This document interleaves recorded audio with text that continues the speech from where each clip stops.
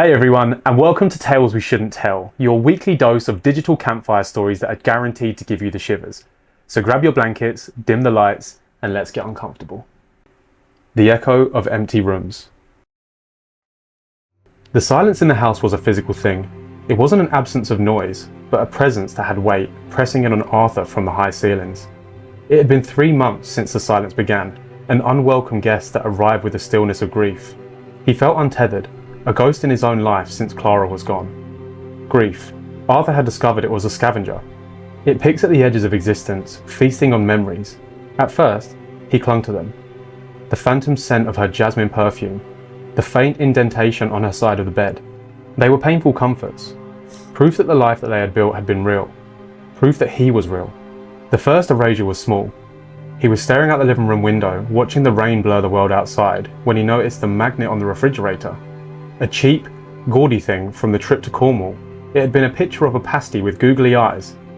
Now, it was just a plain silver disc holding up an old menu.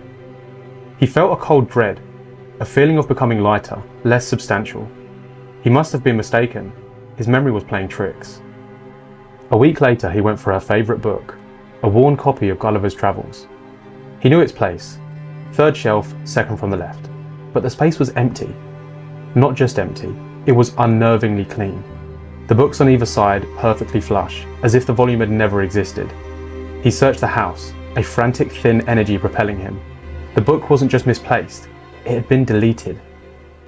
I'm going to interject now and say, I love this story already. Mate, I'm getting this vibe that it's like she has gone, but not only has she gone, but everything to do with She's her. never existed, other than in his memory. Yeah, so he knows who she is, but everything that she ever owned doesn't exist. Yeah, all proof of her.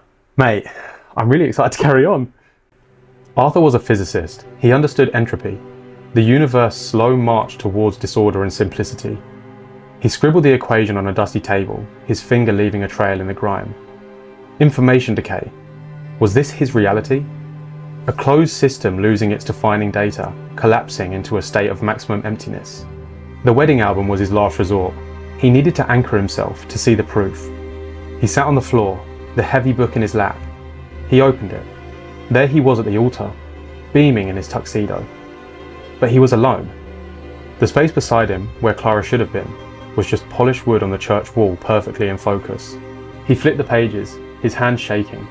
Arthur on a beach, alone. Arthur cutting a cake, alone. The house wasn't haunted by a presence.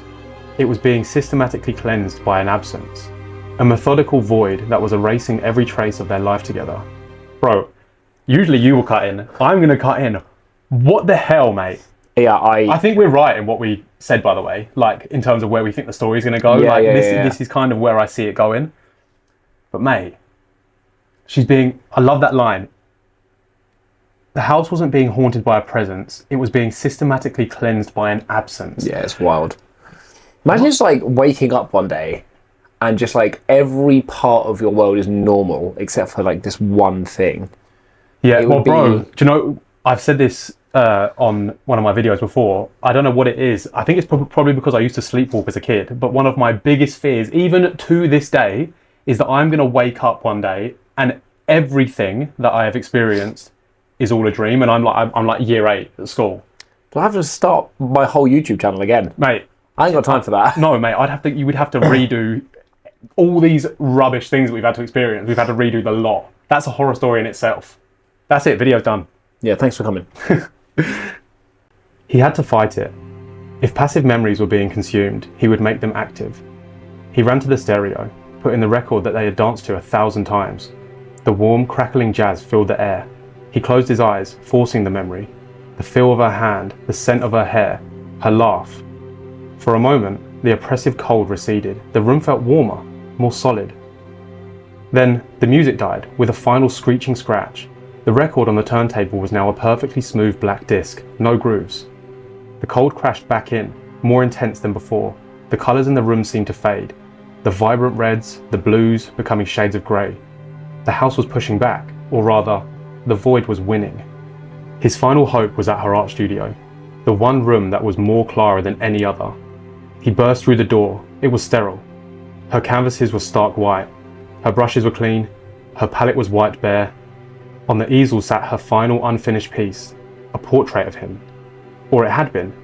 Now, the face was indistinct, the features blurred into a smudge of a stranger. That's when he understood. It wasn't just erasing their life, it was erasing him. He felt a sudden, piercing cold in his mind, like an icy blade. He tried to recall her face, the specific colour of her eyes. They were green, he thought desperately, the colour of moss after a rainstorm. The thought dissolved like smoke, the information was gone. He couldn't remember her face at all. A profound lightness overcame him, a terrifying weightlessness. He felt himself thinning, becoming translucent. The floorboards beneath his feet no longer felt solid.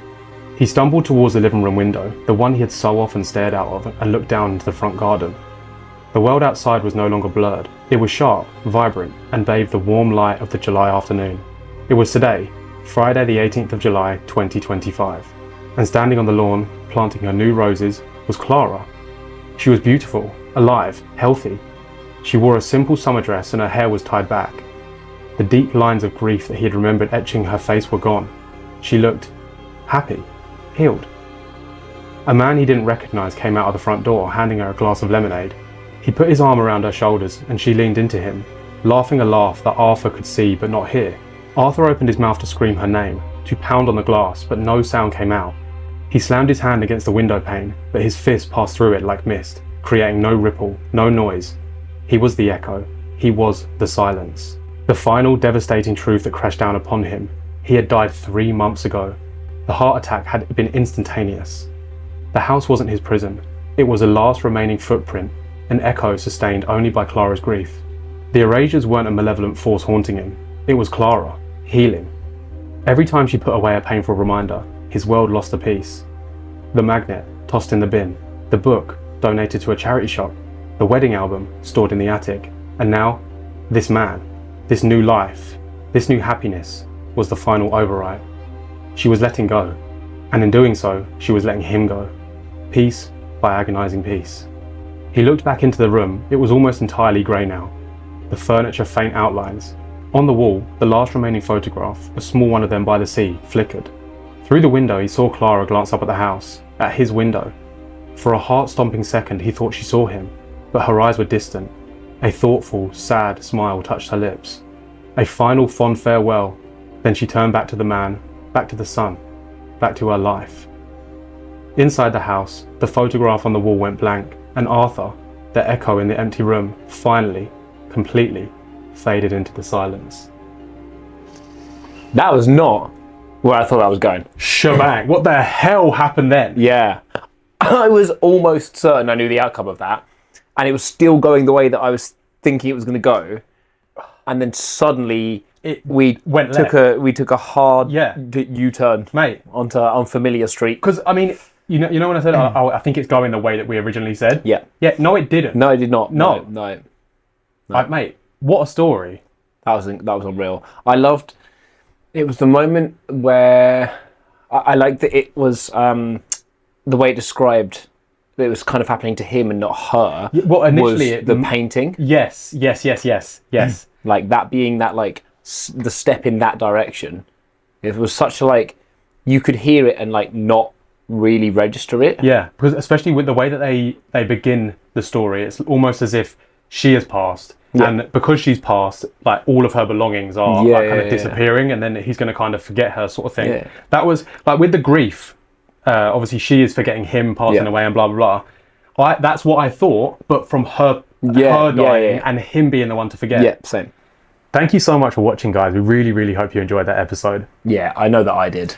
Mate, such a good story. So good. And if you have a story that you've written that you think would be perfect for on here, drop into that man's DMs on Instagram and maybe that can happen. And as always, if you like the video, Stephen, what do they need to do? Just click on that thumbs up button. Like the video. Yeah. Subscribe if you're new.